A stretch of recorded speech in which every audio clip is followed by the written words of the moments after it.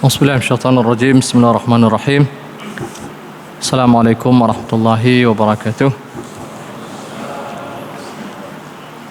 Alhamdulillah rabbil alamin.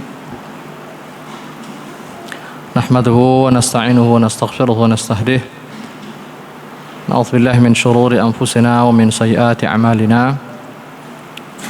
May yahdihillahu fala mudilla lahu wa may yudlilhu fala hadiya lahu.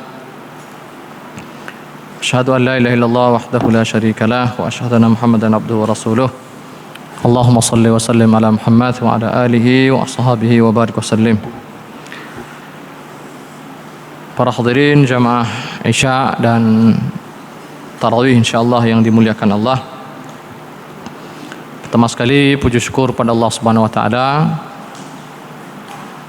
atas segala nikmat dan karunia-Nya. Alhamdulillah kita masih diberi kesempatan, masih diberi kesehatan dan juga umur panjang, sehingga karena taufik daripada Allah jua pada malam yang berbahagia ini kita sudah bisa berhadir di masjid yang mulia ini untuk melaksanakan aktivitas kita, yaitu ibadah kita kepada Allah Subhanahu wa taala. Kemudian salawat dan salam kepada Rasulullah sallallahu alaihi wasallam, kepada seluruh keluarganya, juga kepada seluruh sahabat-sahabatnya.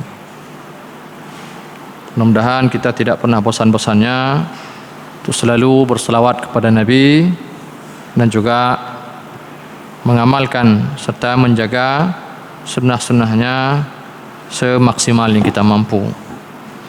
Para hadirin jamaah Isya dan Tarawih yang berbahagia, ada beberapa hal yang ingin saya sampaikan di kesempatan yang sangat singkat ini. Jadi yang pertama sekali, satu hadis Nabi mengatakan, man shalla ma'al imam hatta yansarifa kutiba lahu qiyamul lailah. Jadi ini hadis sahih. Ini yang pertama sekali saya ingin ingatkan bahwa Nabi mengatakan, siapa yang sembahyang bersama imam sampai imam selesai, maka dia akan diberi pahala sembahyang semalam suntuk. Ya, jadi sekali lagi Nabi mengatakan siapa yang sembahyang bersama imam sampai imam selesai, sampai imam keluar daripada tempat imam ini, sampai dia selesai, maka kita yang ikut imam tersebut akan diberi pahala seperti orang yang sembahyang malam sepanjang malam. Nah, perlu saya sampaikan hadis ini karena memang menjadi kebiasaan bagi sebagian orang, selesai 8 rakaat itu biasanya dia tidak witir bersama imam. Jadi nanti alasannya bisa macam-macam. Jadi ada alasan yang mengatakan pingin sambung lagi nanti, ada yang alasannya nanti witir menjelang sahur, ya, dan seterusnya. Nah, para hadirin berbahagia, semua kita mengetahui bahwa tidak ada larangan. Jadi setelah sembahyang di sini kita mau sambung. Jadi sembahyang malam itu tidak ada batasan jumlah rakaatnya. Ya, mau buat 8, 20, 200, 2000 be begitu. Ya, tidak ada batasan jumlah rakaatnya. Mau buat 1 rakaat, 2 rakaat terserah. Nah, tapi Nabi ingin memberi kita satu fadilah di sini. Allah ingin memberikan kita satu fadilah itu dengan mengikuti imam. Jadi saya ingin sampaikan bahwa silahkan saja sambung nanti di rumah, ya, tapi tidak lagi berwitir karena kita sudah witir. Jadi artinya kita dapat pahala semalam suntuk di sini, kemudian plus lagi kalau mau buat sendiri silahkan. Nah, jadi jangan sampai di sini sudah ada pahala di depan mata, pahala sembahyang semalam suntuk, lalu tiba-tiba karena keinginan tanya kena witir tengah malam nanti atau pingin witir di hujung malam, akhirnya pahala besar ini jadi kita sia-siakan. Nah, jadi saya kira itu tidak terjadi, ya. Kecuali memang ada keozoran. Jadi ozor harus keluar memang, nah itu terserahlah. Tapi kalau tidak ada ozor, jadi mari kita sempurnakan sembahyang kita bersama imam. Nah, ini satu hal. Ini tentu bagi orang yang datang kemari ingin cari pahalanya, kena pegah adanya, menyahana minta pahala aja ajuh yang galak kamu nah.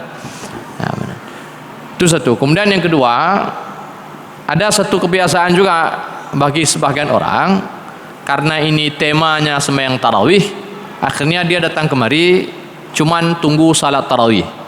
Jadi habis isya barusan dia tidak sembahyang sunat rawatib.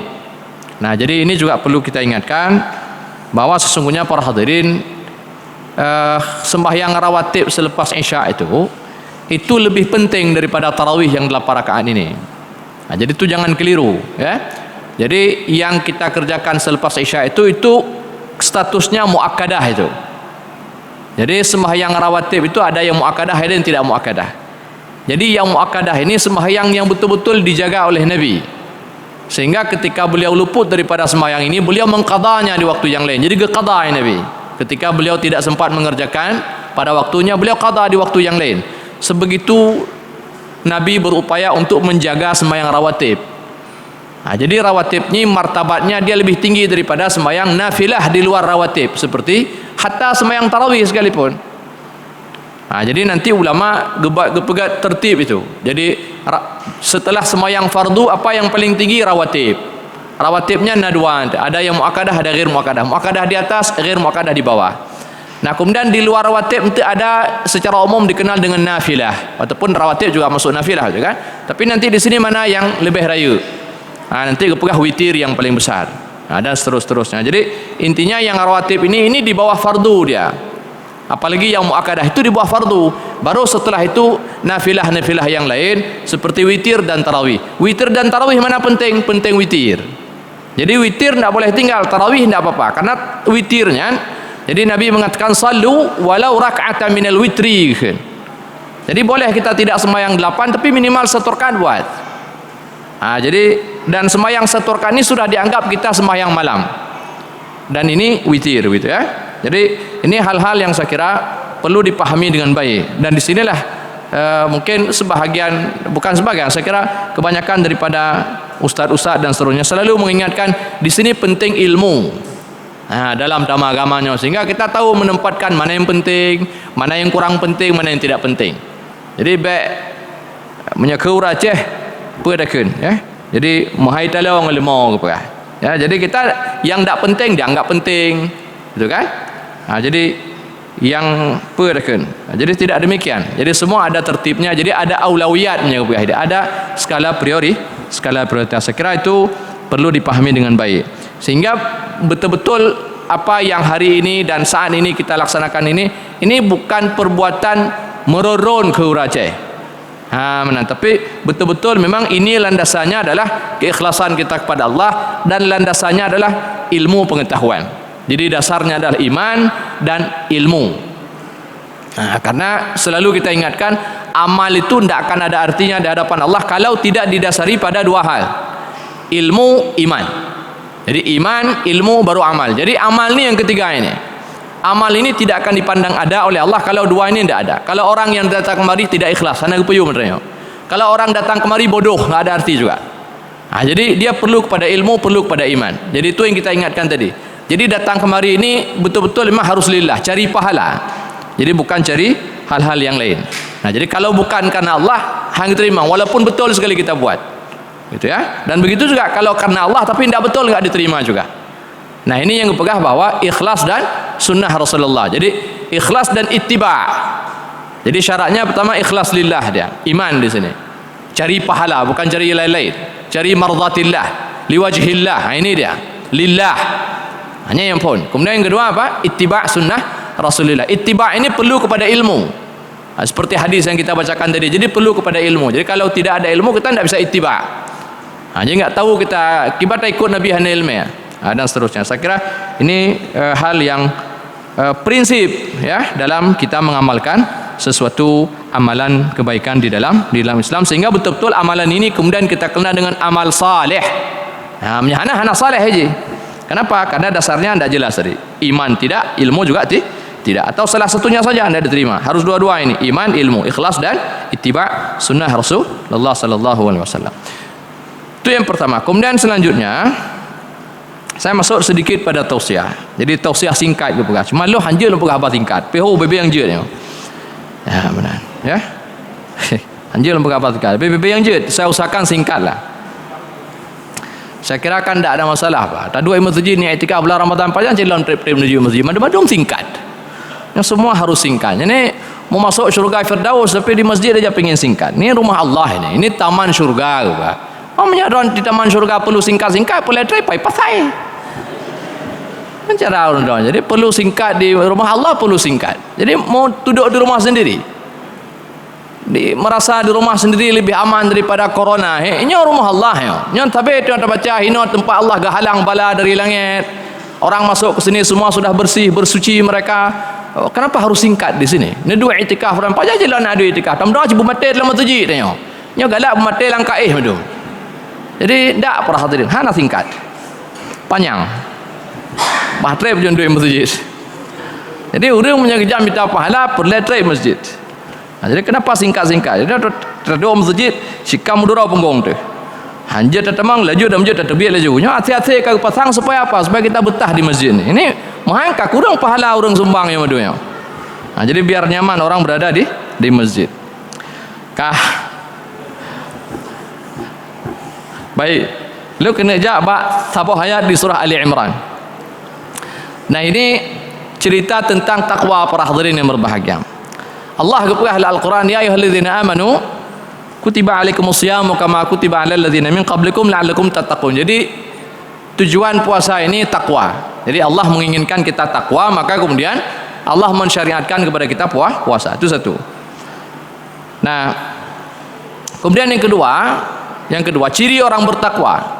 Nah, takwa ini secara sederhana saya katakan para hadirin berbahagia, takwa itu adalah kesungguhan hati seseorang ya dalam mengamalkan kebaikan, dalam melakukan amalan kebaikan. Itu takwa. Kesungguhan hati. Saya mendefinisikan takwa sederhananya begitu. Jadi kesungguhan hati ya seseorang dalam mengerjakan amal saleh. Jadi dia berbuat amal saleh dengan kesungguhan hati. Sungguh di sini maksudnya betul-betul karena Allah Subhanahu wa taala. Dan Nabi mengatakan at-taqwa hahuna. Jadi takwa ada di hati. Nah, Al-Quran di banyak ayat menjelaskan kepada kita tentang ciri-ciri orang bertakwa. Nah, saya kira ini yang mungkin kita juga perlu belajar, sehingga kemudian kita bisa mengukur diri, apakah saya ini masuk dalam kategori orang bertakwa atau tidak. Manakala puasa ini, buah daripada puasa ini adalah takwa. Nah, apakah saya selama berpuasa saya dapat tidak buah puasa tersebut, yaitu takwa. Jadi, dan maaf saja, jadi takwa di sini bukan hanya dihasilkan daripada puasa Ramadan sebenarnya, tapi juga puasa-puasa yang lain. Walaupun kekuatannya berbeda ya antara puasa sunnah dengan puasa wajib. Nah, para hadirin yang berbahagia, di dalam surah Ali Imran Allah sebut. Jadi banyak sebenarnya ciri orang bertakwa. Di awal Al-Baqarah Allah sebutkan. Tapi long kena aja yang di surah Ali Imran. Nah, di surah Ali Imran di sana Allah katakan wasari'u ila maghfiratin min rabbikum wa jannatin 'arduha as-samawati wal ardu u'iddat lil muttaqin. Jadi perhatikan baik-baik di sini. Allah pertama sekali mengatakan bersegeralah kalian kepada ampunan Allah Subhanahu wa taala. Jadi siapa yang orang mendapatkan ampunan, Allah sediakan kepada mereka syurga seluas langit dan bumi. Jadi motivasinya jelas sekali di sini. Jadi motivasinya bukan pangkat dan jabatan, bukan duit, bukan dunia dan seisinya. Tapi motivasinya adalah ampunan Allah Subhanahu wa taala dan syurga seluas langit dan bumi. Jadi betul-betul ini persoalan ukhrawi ini. Dan ini urusan iman para hadirin yang berbahagia, iman kepada hari akhirat. Nah, kemudian lanjutannya apa? Allah katakan orang muttaqin tadi ini yang disediakan kepada mereka orang muttaqin. Apa ciri muttaqin di Ali Imran? Allah katakan yang pertama sekali alladzina yunfiquna fis sarai wad dharra. Kemudian wal kadhimina al ghaidh. Kemudian wal 'afina 'anil nas. Ya. Kemudian lanjutannya Allah katakan wallahu yuhibbul muhsinin.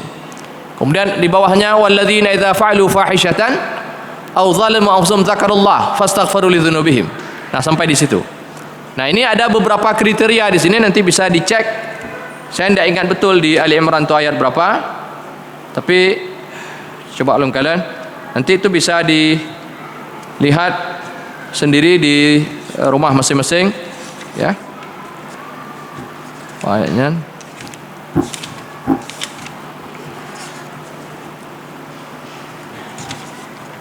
Ini ada di ayat 133 ya, nanti di ayat 133. Jadi bisa dicek nanti.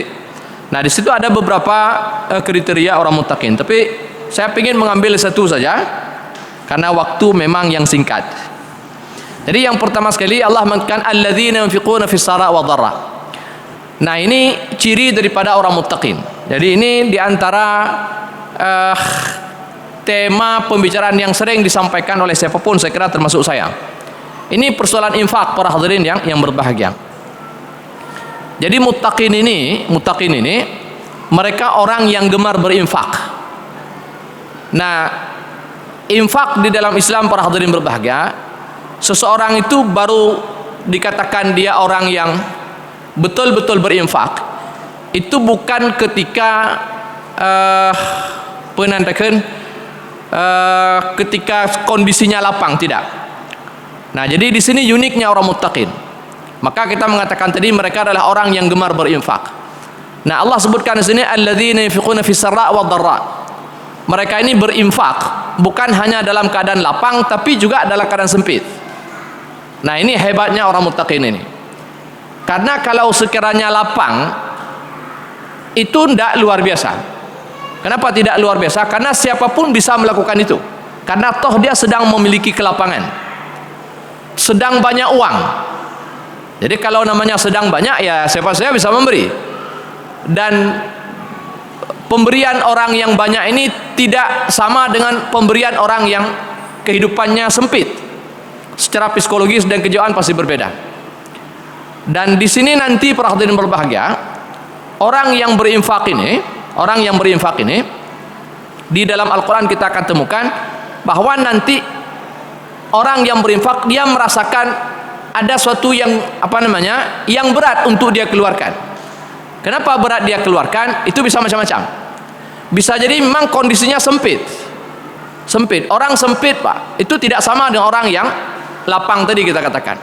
Orang yang sempit itu pasti agak berat cukup debit. Tapi justru di sinilah pahala besar.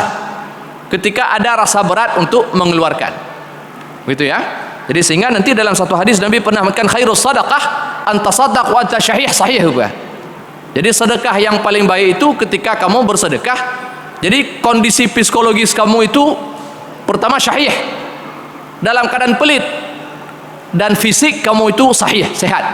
Jadi orang muda sedang banyak-banyaknya sedang sibuk-sibuknya mengumpulkan uang, harta, ya, lalu kemudian kebutuhannya juga sedang begitu banyak, begitu tinggi. Nah, dalam kondisi seperti itu siapapun agak terasa berat ketika mengeluarkan karena dia sendiri sangat butuh. Nah, ini juga masuk dalam kategori sarra tadi. Dia tidak sedang lapang. Walaupun hartanya banyak. Kenapa tidak sedang lapang? Karena istrinya butuh, anaknya butuh, rumah belum siap, kendaraan perlu dibeli. Urungnya meskipun banyak tapi dia banyak butuh. Jadi genep tebik kepikir rumah kalau lihat hat. Ketika dikeluarkan itu terasa berat. Ini juga masuk dalam kategori sempit. Sempit. Jadi nabinya syahihnya bakhil tadi. Ada terasa sedemikian rupa. Nah, berbeda dengan orang yang pertama hartanya berlebih banyak. Orang yang hartanya berlebih banyak sekali itu tidak seberapa. Apalagi orang yang hartanya banyak yang berlebih ini kondisinya tidak seperti orang muda tadi. Maaf saya katakan orang sudah tua, anak sudah pada kawin semua, dia sendiri sudah pensiun. Hana tapu perleli, rumah pikanya, hana tapu nali. Jadi orang seperti ini kebutuhan terhadap dunia dah nggak ada lagi. Ya, kalau ada sedikit saja, makan juga sudah sedikit, selera terhadap banyak hal sudah tidak ada. Jadi orang seperti ini secara psikologis mudah memberi dia. Karena kan anaknya sudah selesai semua, ada semua sudah pada kawin. Bukan hanya sekedar selesai sekolah, kawin juga sudah semua. Kalau selesai madu. Jadi hana tepu, peng le. Jadi ini mengeluarkan mudah bagi mereka ini. Nah, dalam kondisi seperti ini dianggap orang yang lapang. Lapang, ya. Nah, nanti ini bisa dilihat dalam ayat yang lain, ya. Jadi penanikan di Al-Baqarah saya coba sampaikan nanti. Nah, poin yang pertama kena pegang, mereka adalah orang yang selalu berinfak. Jadi infaknya bukan hanya dalam keadaan mereka lapang, tapi juga dalam keadaan mereka sempit. Nah, para hadirin berbahagia, ada satu ayat nanti di juz Amma itu saya tidak ingat surah apa. Allah katakan apa? Surah Al-Balad kalau saya tidak silap. Ya, surah Al-Balad. Allah katakan, "Falaqtahamal 'aqabah. Wa ma adraka mal 'aqabah. Fakku raqabah aw it'amun fi yawmin dhi masghabah. Yatiman dha maqrabah aw miskinan dha matrabah." Nah, Allah mengatakan ini juga persoalan orang yang bersedekah tadi ini. Jadi kondisinya kondisi yaumun dhi masghabah. Nah, yaumun dzi masghabah ini mirip-mirip dengan kondisi dalam keadaan sangat paceklik. Artinya semua orang pada butuh. Nah, mungkin contoh kecil kita pada hari ini. Ini contoh kecil, ini bukan contoh yang paling tepat, ya. Karena tanya orangnya, kalau saya tidak mengatakan ini krisis, di Aceh tidak ada krisis sebenarnya. Cuman kita saja terlalu membesarkan suasana ini sehingga terkesan krisis, padahal tidak ada. Jadi kita alhamdulillah hari-hari masih bisa mencari rezeki, walaupun mungkin ada keterbatasan-keterbatasan, ya, tidak seperti hari-hari biasa. Tapi intinya sampai kemudian paceklik tidak, ya, baik dari segi pangan dan segala macam. Tanya kondisinya masih cukup kondusif, gitu ya, walaupun tidak seperti hari-hari biasa. Nah, kondisi paceklik ini, Kak para hadirin berbahagia, kondisi krisis ini orang butuh, tanya butuh, gitu kan? Nah, dalam kondisi kita butuh, pasti kita berat dalam memberi. Nah, ini yang Allah puji dalam Al-Quran. Nah, poin yang kena pegah baik panjang tak. Ciri pertama orang muttaqin ini, dia adalah orang yang memberi baik ketika dia mangat hijau walaupun hana mangat. Tapi jangan dikira ketika hana makat kenapa? Karena punya desakan. Dia sendiri butuh, tapi dia beri. Nah, nanti bisa lihat lagi nanti cerita bagaimana orang Ansar ketika mereka menyambut orang Muhajirin. Allah puji mereka, Allah katakan wa yu'thiruna ala anfusihim walau kana bihim khassasah. Mereka ini mendahulukan saudara mereka yang datang dari Makkah meskipun mereka sendiri butuh. Orang Ansarnya perleceh katanya. Tapi dia tidak gejuk kepada saudara mereka karena dilihat mereka ini lebih butuh, walaupun dia juga butuh makan, butuh untuk anak istri, tapi kalian mereka lebih butuh. Nah, kita hari ini berada dalam kondisi seperti itu. Tanya orangnya mungkin tunjangan dipotong bagi yang pegawai negeri, gitu kan? Jadi kita sendiri butuh, tapi ada orang-orang di sekitar kita mereka jauh lebih butuh daripada kitanya. Urangnya lebih butuh lah. Tukang becak hana urang becak orangnya. Tukang Mekah itu hana lagut, karena orang sudah tidak seperti hari-hari biasa. Pendapatan orang yang selama ini berpendapatan turun, dan itu memberi dampak kepada mereka yang kerja yang harian tadi ini. Banyak ke perusahaan-perusahaan tutup ataupun ini mungkin hanya perusahaan besar lah, tapi paling tidak ada tempat-tempat kerja yang tutup sehingga orang yang makan gaji harian itu hana apa paju, gitu kan? Dan mereka ini jauh lebih butuh daripada kitanya, walaupun omset kita turun, tapi tidak seburuk mereka. Nah, ini kondisi kita ini kondisi Ansar para hadirin, kondisi mereka kondisi Muhajirin. Kita memang butuh, karena memang kita juga di stop oleh pemerintah, kan? Jadi kita tidak biasa seperti hari biasa. Jadi uronyo, apalagi ada usulan nanti menyertai pegawai negeri gajinya dipotong sampai 50% dan segala macam. Jadi ada keterbatasan pendapatan yang kita dapatkan selama ini. Tapi ada orang tidak berpendapatan sama sekali. Nah, jadi kita sendiri butuh dan mereka lebih butuh. Nah, dalam kondisi seperti ini, tanya melihat diri kita ini seperti apa para hadirin berbahagia. Nah, menyenangkan cerita muttaqin yang diantaranya Allah sebutkan dalam Al-Quran. Nah, si muttaqin itu dia tidak peduli itu. Ketika dulu dia lapang dia beri, nah hari ini juga memberi. Jadi tidak ada istilah lapang, tidak ada istilah sempit. Walaupun pemberiannya itu bisa jadi mungkin sedikit, karena kondisinya tadi sudah mulai terbatas. Nah, lagi-lagi kita katakan Allah tidak melihat pada berapa yang dia beri, tapi seberapa sukar kita mengeluarkan pemberian tersebut para hadirin. Semakin sukar kita keluarkan pendapatan tersebut, maka nilainya semakin besar di sisi Allah Subhanahu wa taala. Nyahina kalian. Jadi bukan pada berapa yang kita beri. Ada orang memberi 10 juta tapi ringan. Ada orang membeli 10.000 tapi nyangkenyang pendapatan hariannya.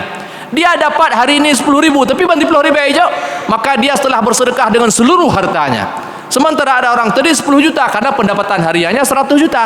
Hana tepunya. Itu hanya 10%, tidak seberapa. Nah, maka ini yang saya kira penting para hadirin. Jadi balik lagi kepada kita masing-masing. Nah, bagaimana kita menyikapi hari-hari kita ini ketika kita dihadapkan pada persoalan infak, dan ini kondisi kita pada hari ini. Nah, itu poin yang pertama. Kemudian yang kedua, lo kena aja baca di surah Al-Baqarah. Nah, kalian ini bagaimana penandakan fadilah gitu ya kalau melihat Al-Quran lah. Nah, di Al-Baqarah itu ada 2 ayat yang Allah itu memberi fadilah yang sama tentang sedekah. Ini yang pertama sekali, Allah menyebutkan di ayat 262. Allah mengatakan, "A'udzubillahi minasyaitonir rajim. Alladzina yunfiquna malahum fi sabilillah, thumma la yutbi'una ma anfaqu mannan wa la adha, lahum ajruhum 'inda rabbihim wa la khaufun 'alaihim wa la hum yahzanun." Ini fadilah infak. Orang yang gemar berinfak para hadirin, orang yang gemar berinfak, dia akan mendapatkan satu fadilah dalam hidup apa? Ketenangan jiwa. jiwanya tenang, batin ini tenang. Ini efek daripada sedekah terasa wajib. Ya, jadi kalau di sana ada Allah mengatakan misalnya ala bidzikrillah tatmainnul qulub. Kalau orang banyak berzikir, baca Quran, sembahyang, bersalawat, nyan membuat hatinya jadi tenang. Nah, di antara yang membuat hati tenang, ini juga persoalan sedekah para hadirin berbahagia. Ya, jadi orang menyambut sedekah, Allah katakan, "Fala khaufun 'alaihim wa lahum yahzanun." Tidak ada ketakutan yang berlebihan kepada mereka, juga dia tidak rasa sedih. Nah, kondisi kita pada hari ini, saya ceramah di mana-mana, saya katakan satu penyakit besar yang menimpa banyak orang hari ini apa? Ketakutan. Nah, lu lumpur hartanya. Jadi banyak orang hari ini diserang bukan rasa takut, tapi ketakutan. Dan saya membedakan antara takut dan ketakutan. Saya katakan kalau takut itu bukan penyakit. Takut itu perlu dalam hidup. Wajib nak takut. Jadi takut ini nanti dia penting. Jadi lagi tanya takut kepada nerakanya, takut kan. Jadi takut itu selalu dibarengi dengan raja. Itu namanya khauf. Jadi dibarengi dengan raja, naraja, ada pengharapan, ada optimisme. Tapi kalau ketakutan itu namanya nyan penyakit dan pedakan fatalism para hadirin berbahagia. Orang dia cenderung berputus asa nyan menyangkut ketakutan. Ya, jadi pesimisme nyan ketakutan, dia penyakit. Nah, yang banyak menimpa banyak orang hari ini ketakutan, bukan persoalan takut. Sehingga pada akhirnya banyak orang hari ini bersembunyi di rumah-rumah, tidak berani melakukan berbagai macam aktivitas. Nah, Allah dipegadah ketakutan tadi ketika orang ini gemar bersedekah. Itu satu. Kemudian yang kedua, perhatikan di ayat 273. Allah katakan di ayat 274, alladzina yunfiquna amwalahum bil-laili wan-nahar sirran wa 'alaniyah. Perhatikan di sini, orang yang selalu mendermakan harta mereka baik malam hari maupun siang hari, bil-lail wan-nahar. Tidak pernah melakukan kondisi sirran wa 'alaniyah, mau sembunyi-sembunyi maupun diumumkan di masjid, dalam semua kondisi dia sampai bersedekah. Falahum ajruhum 'inda rabbihim wala khaufun 'alaihim wa lahum yahzanun. Tidak ada ketakutan bagi mereka ini dan tidak ada rasa sedih. Nah, ini dua penyakit para hadirin yang menimpa manusia di dunia ini sampai dia sakaratul maut nanti. Dan ini yang nanti di dalam surah Al-Munafiqun Allah gekeun hideun kalian fadilah orang yang bersedekah. Kepada surah Al-Munafiqun Allah katakan anfiqu mimma razaqnakum min qabli an ya'ti ahadakumul maut fayaqulu rabbi laula akhartani ila ajalin qarib fa asaddaqa wa aku minas salihin. Orang ketika mati nanti dia pingin dikembalikan ke dunia, pinginnya apa? Fa asaddaqa, dia pingin bersedekah. Kenapa demikian? Ada satu ayat dalam Al-Quran para hadirin, Allah katakan apa? Yauma la yanfa'u malu wala banun illa man atallaha biqalbin salim. Jadi hari kiamat itu hari yang tidak ada berfaedah harta. Allah sebutkan itu. Tidak ada berfaedah anak, tapi yang berfaedah apa? Jiwa-jiwa yang damai yang mendatangi Allah Subhanahu wa taala. Nah, siapa mereka orang yang hatinya damai, hatinya yang salim, yang Islam kepada Allah, ini hati yang ikhlas dan hati-hati yang Allah katakan khudh min amwalihim sadaqatan tutahhirhum wa tuzakkihim biha. Jadi harta ini bisa mensucikan hati dan juga membersihkan harta para hadirin. Jadi ini harta. Jadi orang yang berinfak bukan hanya sekedar hilang, tapi memang ini persoalan penentraman jiwa para hadirin. Jadi ini yang menyebabkan orang hati-hatinya menjadi dia betul-betul ini bukti ketulusan seseorang kepada Allah dan terhadap ajaran agama ini para hadirin berbahagia. Jadi ini beberapa hal ya, saya tidak banyak mengulas karena memang waktu yang diberikan sedikit, tapi ini beberapa ayat saya kira nanti bisa dipelajari kembali. Dan poin yang ingin saya ajak di sini, mari dalam kondisi seperti ini kita memperbanyak sedekah. Saya kemana-mana mengatakan bulan Ramadan terutama dalam keadaan seperti ini bukan waktu mengumpulkan harta, tapi ini waktu di mana kita mengeluarkan tabungannya, waktu cungke celeng, ya, waktu di mana kita menebarkan kebaikan. Dan Nabi dalam satu hadis disebutkan apa? Kana ajwad minar rihil mursalah.